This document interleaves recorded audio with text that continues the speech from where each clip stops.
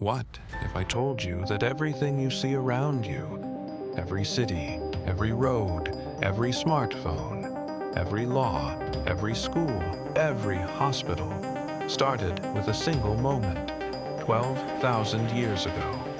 A moment when humans stopped running and decided to stay. This is the story of how civilization began. And it starts not with kings or wars, but with a seed. For 300,000 years, humans were nomads. We followed animals across vast plains. We chased the rain from valley to valley. We slept under stars and moved with the seasons. There were no cities, no roads, no borders, just small groups of humans surviving. Day by day, life was brutal. A bad winter could kill an entire family. A drought could wipe out a tribe. One failed hunt meant children going to sleep hungry. But humans were clever. We made tools from stone. We learned to control fire. We developed language to share knowledge. And slowly, we learned the secrets of the natural world around us. Then something happened that changed everything. Around 12,000 years ago, the last ice age ended. The massive glaciers that had covered much of the Earth began to melt. The climate became warmer, more stable, more predictable. Rivers grew stronger. Valleys became green. And for the first time in human history, the conditions were perfect. It started in a region we now call the Fertile Crescent, a curved strip of land stretching through modern-day Iraq, Syria, Turkey, and Jordan. Humans made a discovery that would reshape the world. They noticed that seeds they accidentally dropped grew into plants that produced food. This sounds obvious to us today, but to a nomadic human 12,000 years ago, this was revolutionary. Instead of spending every day hunting and searching, they could grow food in one place. Wheat, barley, lentils, peas, first crops in human history. But farming was not easy. It required patience. You plant today, wait months, then you eat. For a species used to eating what they found immediately, this required an entirely new way of thinking, planning for a future you couldn't see yet, trusting that the seed you planted today would feed your children tomorrow. This single shift in thinking was perhaps the most important moment in human history. When food became stable, people stopped moving. Why walk 100 miles when everything you need is right here? They built shelters, not temporary camps made of branches, permanent structures made of mud and stone. Then another shelter appeared next to the first, then another, and another. The first villages appeared around 10,000 BC, Göbekli Tepe in modern Turkey, one of the oldest human structures ever discovered, built not for shelter, not for farming, but for worship. Massive stone pillars arranged in circles, carved with animals and symbols, built by hundreds of people working together. This tells us something remarkable. Before humans even had cities, they had religion, community, purpose. Then came Jericho, in modern Palestine, one of the oldest continuously inhabited cities on Earth. People had lived there for over 11,000 years. As villages grew, something fascinating happened. People began to specialize. One person focused on farming, another on building, another on healing the sick, another on protecting the community. For the first time in history, humans didn't have to do everything themselves. They could rely on each other. Society was being born. Villages grew into towns. Towns grew into cities. And cities needed organization. Around 3,500 BC, in the heart of Mesopotamia, between the Tigris and Euphrates rivers, the world's first true city emerged. Uruk. Uruk was unlike anything that had ever existed. At its peak, home to 50,000 people. Imagine that. 50,000 humans living together, eating together, working together, building together. It had massive temples called ziggurats, rising above the flat plains like mountains made by humans. It had markets where goods from distant lands were traded. It had leaders who made decisions for thousands. Most importantly, Uruk had a system. Rules about who owned what land. Laws about how disputes were settled. Ways of organizing labor so that the city kept functioning. This was civilization. Not just people living near each other, but people living together under shared rules and systems. And Uruk was just the beginning.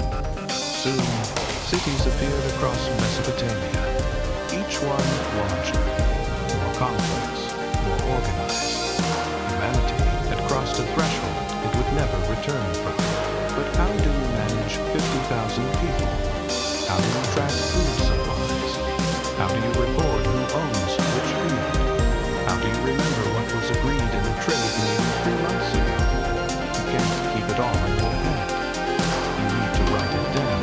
Around 3,200 BC, the Sumerians of Mesopotamia invented the world's first writing system.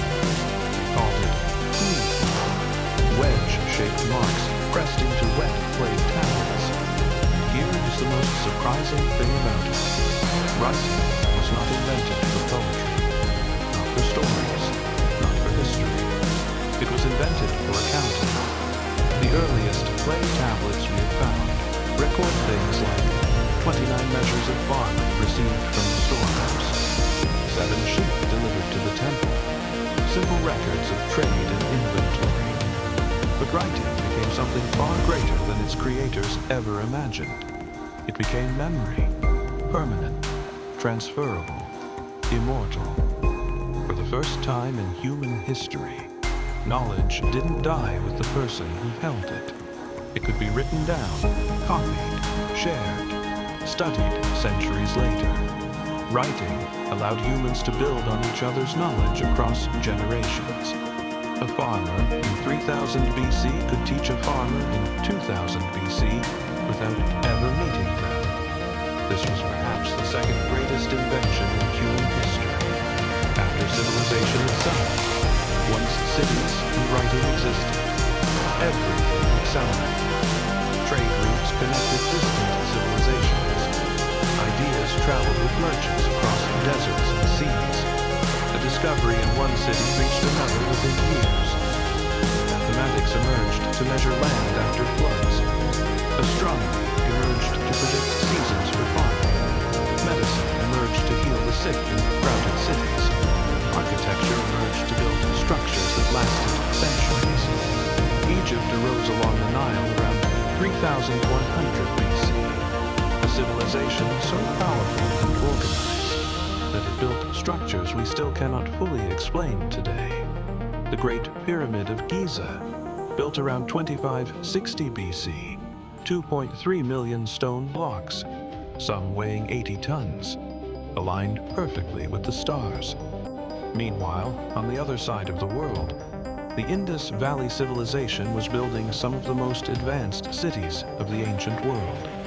Cities with perfectly planned street grids, advanced drainage and sewage systems, standardized weights and measures for trade.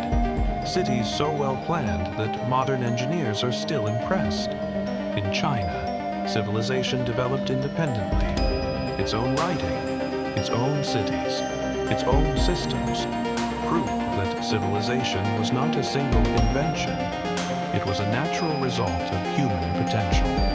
Wherever humans settled and farmed, civilization eventually followed. But here's the question that haunts scientists and historians. Every animal on Earth forms groups. Wolves have packs. Elephants have herds. Chimpanzees have troops that can number in the hundreds. But no other animal built a city. No other species invented writing. No other creature launched a rocket to the moon. Why us? What made humans different? 3 things. The first is language. not just sounds or signals like other animals use, but complex, abstract language. Language that could describe things that don't exist yet. We could say, next year, if we plant here, we will eat better. We could plan for a future we couldn't see. We could warn each other about dangers we hadn't encountered yet. Language made us capable of collective intelligence. The second is cooperation at scale. Chimpanzees can cooperate, but only with individuals they personally know and trust. Humans learn to cooperate with complete strangers, to trust a system, a law, an institution, to work alongside thousands of people they have never met. This ability to cooperate at massive scale is unique in the animal kingdom. The third and most powerful is imagination. Humans can believe in things that don't physically exist. Laws, nations, money, gods, human rights. None of these things exist in nature. You cannot touch a law. You cannot hold a nation in your hand. But because millions of humans agreed to believe in them together, they became more real and more powerful than any physical object. Money is just paper or metal. But because we all believe it has value, it can move mountains, build cities, feed billions. This collective imagination, this ability to create shared stories and beliefs, is what separated us from every other species. And it is what built civilization.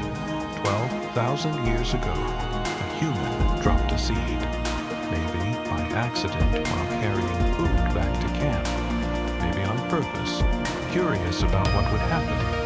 We will never know their name. We will never know their face.